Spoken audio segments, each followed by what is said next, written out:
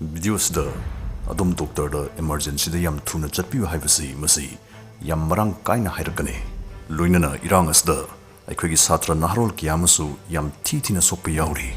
ꯃꯔꯝꯁꯤꯅ ꯁ꯭ꯀ꯭ꯔꯤꯟꯗ ꯍꯥꯞꯆꯔꯤꯕ ꯑꯦꯝꯕꯨꯂꯦꯟꯁꯀꯤ ꯀꯟꯇꯦꯛ ꯅꯝꯕꯔꯁꯤꯡ ꯑꯁꯤ ꯁꯣꯏꯗꯅ ꯁ꯭ꯀ꯭ꯔꯤꯟꯁꯣꯠ ꯂꯧꯕꯤꯌꯨ꯫ ꯏꯔꯩꯄꯥꯛꯁꯨ ꯀꯟꯁꯤ,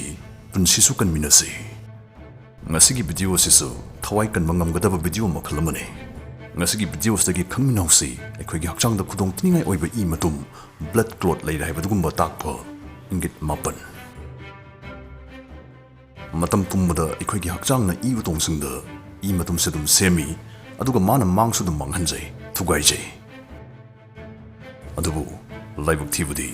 ꯀꯔꯤꯒꯨꯝꯕꯗ ꯃꯣꯏꯁꯤ ꯃꯔꯅꯥꯏ ꯃꯥꯡꯈꯣ ꯆꯠꯈꯣ ꯍꯥꯏꯕ ꯌꯥꯗ ꯑꯩꯈꯣꯏꯒꯤ ꯏ ꯎꯇꯣꯡꯁꯤꯡꯗ ꯄꯜꯂꯒ ꯂꯩꯁꯤꯟꯕ ꯌꯥꯎꯔꯛꯏ꯫ ꯃꯁꯤꯅ ꯃꯔꯝ ꯑꯣꯏꯔꯒ ꯑꯩꯈꯣꯏꯒꯤ ꯊꯃꯣꯏꯗꯒꯤ ꯏ ꯆꯦꯟꯊꯣꯛ ꯆꯦꯟꯁꯤꯟ ꯇꯧꯕ ꯃꯇꯝꯗ ꯑꯄꯟꯕ ꯑꯀꯥꯏꯕ ꯄꯤꯁꯜꯂꯛꯏ꯫ ꯃꯁꯤ ꯑꯐ ꯅꯨꯡꯉꯥꯏꯕ ꯄꯥꯎ ꯅꯠꯇꯦ꯫ ꯑꯔꯨ-ꯑꯔꯨꯕ ꯄ꯭ꯔꯣꯕ꯭ꯂꯦꯝꯁ, ꯍꯥꯔꯠ ꯑꯦꯇꯦꯛ, ꯁ꯭ꯇ꯭ꯔꯣꯛ ꯅꯠꯇ꯭ꯔꯒ ꯑꯦꯝꯕꯣꯂꯤꯖꯝ ꯍꯥꯏꯗꯤ ꯏ ꯃꯇꯨꯝꯁꯤ ꯀꯥꯏꯁꯤꯜꯂꯒ ꯊꯕꯣꯝꯕꯤꯗ ꯄꯜꯂ ꯂꯩꯍꯧꯕꯗꯩ ꯑꯔꯨꯕ ꯄ꯭ꯔꯣꯕ꯭ꯂꯦꯝꯁꯤꯡ ꯊꯣꯛꯂꯛꯄꯁꯨ ꯌꯥꯔꯤꯕꯅꯤ꯫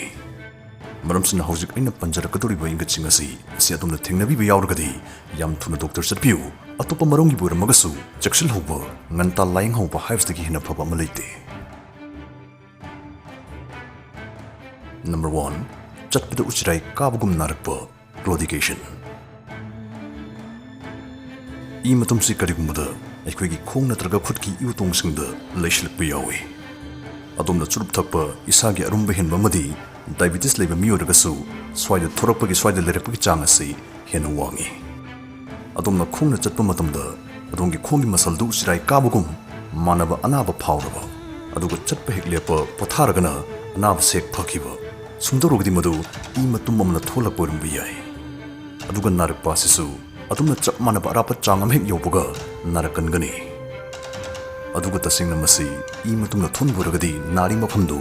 ꯉꯥꯡꯁꯤꯟꯅ ꯄꯣꯝꯈꯠꯄ ꯎꯕꯁꯨ ꯌꯥꯏ꯫ ꯁꯣꯛ ꯊꯦꯡꯕꯗꯁꯨ ꯃꯁꯤ ꯁꯥꯔꯤ ꯐꯥꯎꯒꯅꯤ꯫ ꯅꯝꯕꯔ 2, ꯊꯕꯥꯛꯇ ꯁꯥꯊꯤꯅ ꯅꯥꯔꯛꯄ ꯄꯜꯃꯅꯔꯤ ꯑꯦꯝꯕꯣꯂꯤꯖꯝ꯫ ꯈꯪꯍꯧꯗ ꯑꯗꯣꯝ ꯁꯣꯔ ꯍꯣꯟꯕ ꯅꯨꯡꯉꯥꯏꯔꯛꯇ꯭ꯔꯕ, ꯁꯣꯔꯁꯤ ꯅꯤꯡꯃꯥꯡ ꯁꯝꯅꯗ ꯇꯦꯟꯅ ꯍꯣꯜꯂꯛꯑꯕ,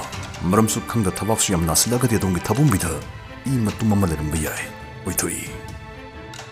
ꯃꯁꯤ ꯂꯨꯊꯅ ꯂꯩꯕ ꯏ ꯎꯇꯣꯡ ꯑꯃꯗ ꯏ ꯃꯇꯨꯝ ꯀꯥꯏꯁꯤꯜꯂꯛꯑꯒ ꯊꯕꯣꯡꯕꯤꯗ ꯆꯦꯟꯁꯤꯜꯂꯛꯇꯨꯅ ꯏ ꯆꯦꯟꯕ ꯊꯤꯡꯖꯤꯜꯂꯛꯄ ꯃꯇꯝꯗ ꯍꯥꯏꯖꯈ꯭ꯔꯤꯕ ꯏꯪꯒꯤꯠꯁꯤꯡ ꯑꯗꯨ ꯎꯠꯊꯣꯔꯛꯄꯅꯤ꯫ ꯁꯨꯝꯗꯧꯕꯁꯤ ꯌꯥꯝ ꯁꯤꯔꯤꯌꯁ ꯑꯣꯏ꯫ ꯑꯗꯣꯝꯒꯤ ꯏꯗ ꯑꯣꯛꯁꯤꯖꯦꯟ ꯃꯔꯥꯡ ꯀꯥꯏꯅ ꯌꯧꯍꯜꯂꯣꯏꯗꯧꯔꯤꯕꯅꯤ꯫ ꯈꯨꯗꯛꯇ ꯗꯣꯛꯇꯔ ꯆꯠꯄꯤꯒꯗꯕꯅꯤ꯫ ꯅꯝꯕꯔ 3, ꯃꯔꯛꯊꯠꯅ ꯉꯁꯤꯒꯤ ꯇꯣꯄꯤꯛ ꯑꯁꯤ ꯍꯦꯜꯊꯀ ꯃꯔꯤ ꯂꯩꯅꯕ ꯑꯣꯏꯕꯅ ꯍꯛꯆꯥꯡꯗ ꯌꯥꯝ ꯀꯥꯟꯅꯕ ꯄꯣꯠꯊꯣꯛ ꯑꯃꯒꯤ ꯃꯔꯝꯗ ꯍꯥꯞꯆꯍꯧꯒꯦ꯫ ꯁꯤꯂꯥꯖꯤꯠ ꯁꯤꯖꯤꯟꯅꯕꯅ ꯑꯩꯈꯣꯏꯒꯤ ꯄꯥꯡꯒꯜ ꯁꯛꯇꯤ ꯕꯨꯁ ꯇꯧꯕꯤ, ꯁ꯭ꯇꯦꯃꯤꯅꯥ ꯍꯦꯟꯒꯠꯍꯜꯂꯤ, ꯑꯗꯨꯒ ꯃꯁꯤ ꯃꯜꯇꯤꯄꯜ ꯏꯝꯌꯨꯅꯤꯇꯤ ꯕꯨꯁꯇꯔ ꯑꯃꯁꯨꯅꯤ꯫ ꯃꯁꯤ ꯁꯤꯖꯤꯟꯅꯕꯗ ꯍꯛꯆꯥꯡꯗ ꯋꯥꯏ ꯁꯪꯕꯒꯤꯗꯨꯒꯨꯝꯕ ꯀꯥꯃꯤꯡ ꯑꯐꯦꯛ ꯑꯃꯁꯨ ꯄꯤ, ꯃꯔꯝꯗꯤ ꯃꯁꯤꯗ ꯄꯣꯇꯥꯁꯤꯌꯝ ꯑꯃꯗꯤ ꯃꯦꯒꯅꯦꯁꯤꯌꯝꯒꯤ ꯆꯥꯡ ꯌꯥꯝ ꯋꯥꯡꯅ ꯌꯥꯎꯕ ꯃꯔꯝꯅ ꯑꯩꯈꯣꯏꯒꯤ ꯍꯥꯔꯠ ꯌꯥꯎꯅ ꯃꯁꯜꯁꯤꯡ ꯑꯁꯤ ꯔꯤꯂꯦꯛꯁ ꯇꯧꯕꯤꯕꯒꯤꯅꯤ꯫ ꯁꯤꯒꯤ ꯁꯨꯗꯤꯡ ꯑꯐꯦꯛ ꯑꯁꯤꯅ ꯑꯩꯈꯣꯏꯒꯤ ꯁ꯭ꯇ꯭ꯔꯦꯁ ꯂꯦꯚꯦꯜꯕꯨꯁꯨ ꯅꯦꯝꯊꯍꯟꯕꯤ꯫ ꯁꯤꯖꯤꯟꯅꯕꯒꯤ ꯃꯑꯣꯡ ꯍꯥꯏꯖꯒꯦ꯫ ꯍꯋꯥꯏꯊꯔꯥꯛ ꯃꯔꯨꯃꯨꯛ ꯆꯥꯎꯕ ꯆꯥꯡꯗ ꯁꯤꯂꯥꯖꯤꯠ ꯑꯁꯤ ꯂꯧꯕꯤꯔꯒ ꯂꯨꯝꯕꯨ ꯁꯥꯕ ꯏꯁꯤꯡ ꯑꯣꯔ ꯁꯪꯒꯣꯝ ꯅꯠꯇ꯭ꯔꯒ ꯒ꯭ꯔꯤꯟ ꯇꯤꯗ ꯇꯨꯝꯍꯟꯕꯤꯔꯒ ꯊꯛꯄꯤꯒꯗꯕꯅꯤ꯫ ꯑꯩꯈꯣꯏꯅ 2 to 3 months ꯁꯤꯖꯤꯟꯅꯕꯤꯔꯒꯗꯤ ꯕꯦꯇꯔ ꯔꯤꯖꯜꯠꯁ ꯐꯪꯕ ꯉꯝꯃꯤ꯫ ꯃꯁꯤ ꯄꯤꯌꯣꯔ ꯑꯌꯨꯔꯕꯦꯗꯤꯛ ꯐꯣꯔꯃꯨꯂꯦꯁꯟ ꯑꯃꯅꯤ ꯑꯃꯗꯤ ꯁꯨꯒꯔ ꯐ꯭ꯔꯤꯁꯨ ꯑꯣꯏ꯫ ꯃꯦꯟꯃꯦꯇꯔꯁꯀꯤ ꯄꯤꯌꯣꯔ ꯑꯦꯗꯚꯥꯟꯁ ꯁꯤꯂꯥꯖꯤꯠ ꯔꯦꯖꯟ ꯑꯁꯤ ꯄꯥꯝꯕꯤꯕꯁꯤꯡꯅ, ꯑꯗꯨꯒ ꯃꯁꯤ ꯑꯩꯈꯣꯏꯅ ꯂꯥꯏꯅ ꯐ꯭ꯂꯤꯞꯀꯥꯔꯠ ꯑꯃꯁꯨꯡ ꯑꯦꯃꯥꯖꯣꯟꯗꯒꯤ ꯂꯩꯕ ꯌꯥꯒꯅꯤ꯫ ꯅꯝꯕꯔ 3, ꯅꯥꯀꯜ ꯅꯥꯝꯃ ꯄꯪꯊ ꯁꯤꯊꯔꯛꯄ ꯏꯁꯀꯤꯃꯤꯛ ꯁ꯭ꯇ꯭ꯔꯣꯛ꯫ ꯕ꯭ꯔꯦꯟꯅ ꯑꯩꯈꯣꯏꯒꯤ ꯍꯛꯆꯥꯡꯒꯤ ꯀꯟꯇ꯭ꯔꯣꯜ ꯁꯦꯟꯇꯔꯅꯤ, ꯑꯗꯨꯒ ꯃꯁꯤꯅ ꯃꯊꯧ ꯅꯤꯡꯊꯤꯅ ꯇꯧꯔ ꯂꯩꯅꯕꯒꯤꯗꯃꯛ ꯏ ꯑꯃꯗꯤ ꯑꯣꯛꯁꯤꯖꯦꯟꯒꯤ ꯃꯔꯥꯡ ꯀꯥꯏꯕ ꯁꯄ꯭ꯂꯥꯏ ꯗꯔꯀꯥꯔ ꯑꯗꯨꯝ ꯑꯣꯏꯔ ꯂꯩ꯫ ꯑꯗꯨꯕꯨ ꯏ ꯃꯇꯨꯝ ꯑꯃ ꯂꯩꯁꯤꯜꯂꯛꯇꯨꯅ ꯕ꯭ꯔꯦꯟꯗ ꯏ ꯆꯦꯟꯁꯤꯜꯂꯛꯄꯗ ꯑꯄꯟꯕ ꯄꯤꯁꯤꯜꯂꯛꯑꯒꯗꯤ ꯁ꯭ꯇ꯭ꯔꯣꯛ ꯊꯣꯛꯇꯣꯏꯅꯤ꯫ ꯃꯁꯤ ꯄ꯭ꯂꯦꯛ ꯇꯨꯡꯈꯠꯂꯛꯄꯅ ꯏ ꯎꯇꯣꯡ ꯈꯨꯖꯤꯜꯂꯕꯁꯤꯡꯗꯅ ꯍꯦꯟꯅ ꯇꯣꯏꯅ ꯊꯣꯛꯏ꯫ ꯃꯁꯤ ꯊꯣꯔꯛꯄ ꯃꯇꯝꯗ ꯏꯈꯪ ꯈꯪꯍꯧꯗꯅ ꯑꯗꯣꯝꯒꯤ ꯍꯛꯆꯥꯡꯒꯤ ꯅꯥꯀꯜ ꯅꯥꯝꯃꯒꯤ ꯈꯨꯠ ꯈꯣꯡ ꯃꯥꯏꯗꯨ ꯄꯪꯊ ꯁꯤꯊꯕ, ꯁꯣꯟꯊꯕ ꯐꯥꯎꯔꯛꯄ ꯌꯥꯏ꯫ ꯋꯥ ꯉꯥꯡꯕꯗ ꯐꯥꯖꯤꯜꯂꯛꯄ, ꯃꯤꯅ ꯍꯥꯏꯕ ꯚꯥꯞ ꯇꯥꯁꯤꯜꯂꯛꯇꯕ, ꯀꯣꯛ ꯉꯥꯎꯔꯛꯄ ꯌꯥꯏ꯫ ꯄ꯭ꯂꯁ ꯑꯗꯣꯝꯒꯤ ꯕ꯭ꯔꯦꯟꯗꯨ ꯑꯣꯛꯁꯤꯖꯦꯟ ꯃꯔꯥꯡ ꯀꯥꯏꯅ ꯐꯪꯖꯜꯂꯛꯇ꯭ꯔꯕꯅꯤꯅ ꯀꯣꯛꯇꯨꯗꯤ ꯌꯥꯝ ꯅꯨꯡꯉꯥꯏꯔꯛꯇꯕ ꯌꯥꯏ꯫ ꯁꯤꯒꯤ ꯏꯪꯒꯤꯠ ꯑꯁꯤꯁꯨ ꯊꯦꯡꯅꯕꯤꯔꯒꯗꯤ ꯌꯥꯝ ꯊꯨꯅ ꯗꯣꯛꯇꯔ ꯌꯧꯕꯤꯌꯨ꯫ ꯅꯝꯕꯔ 4, ꯄꯨꯛ ꯕꯥꯁꯀꯦꯠꯕꯣꯜ ꯃꯥꯜꯂꯛꯄ ꯍꯦꯄꯥꯇꯤꯛ ꯚꯦꯟ ꯊ꯭ꯔꯣꯝꯕꯣꯁꯤꯁ꯫ ꯁꯤꯡꯂꯤ ꯅꯥꯎꯔꯤꯁꯤꯡ ꯑꯁꯤ ꯑꯩꯈꯣꯏꯒꯤ ꯍꯛꯆꯥꯡꯒꯤꯗꯤ ꯍꯥꯏꯋꯦ ꯃꯆꯥꯁꯤꯡꯒꯨꯝꯕꯅꯤ꯫ ꯀꯔꯤꯒꯨꯝꯕ ꯑꯗꯣꯝꯒꯤ ꯂꯤꯚꯔ ꯇꯝꯅ ꯆꯠꯂꯤꯕ ꯍꯥꯏꯋꯦ ꯑꯃꯗ ꯏ ꯃꯇꯨꯝꯅ ꯕ꯭ꯂꯣꯀꯦꯠ ꯇꯧꯁꯤꯜꯂꯛꯄ ꯇꯥꯔꯒꯗꯤ ꯂꯤꯚꯔ ꯃꯊꯧ ꯐꯖꯅ ꯇꯧꯕ ꯉꯝꯃꯛꯑꯔꯣꯏ꯫ ꯃꯁꯤꯅ ꯃꯔꯝ ꯑꯣꯏꯔꯒ ꯑꯦꯁꯥꯏꯇꯤꯁ ꯍꯥꯏꯅ ꯈꯪꯅꯕ ꯄꯨꯛꯁꯤ ꯀ꯭ꯔꯛ ꯂꯥꯛꯁꯤꯟꯅ ꯆꯤꯟꯕ ꯐꯥꯎꯔꯒ ꯕꯥꯁꯀꯦꯠꯕꯣꯜ ꯑꯃ ꯐꯨꯝꯕ ꯃꯥꯅ ꯄꯣꯝꯊꯣꯔꯛꯄꯁꯤ ꯃꯁꯤ ꯊꯣꯛꯂꯛꯄꯣꯏ ꯊꯣꯛꯏ꯫ ꯑꯗꯨꯕꯨ ꯁꯨꯝꯗꯧꯕ ꯄꯨꯛꯀꯤ ꯄ꯭ꯔꯣꯕ꯭ꯂꯦꯝꯁꯤꯗꯤ इ मतुम खक्न नत अतोप लिवर के अनाबसिंगसु मरम ओरगा थोलकपो इथुई हाइबसिमदि काउबिगनो अमा बोरो इंगिची फंगबो डॉक्टर चटपियो नंबर 5 पाम्बोम नाबो कोरोनरी थ्रोम्बोसिस अखोगी थमोइसे इ गी सप्लाई मरंग काइना दुम दरकार लेरे लेबो अकनबा मसल नमने थमोइगा समनबो थमोइद इ चेंथोक चिंसिन तौगदबा इ उतोंगमदा इ मतुमदा फुंजलकपा मतमदा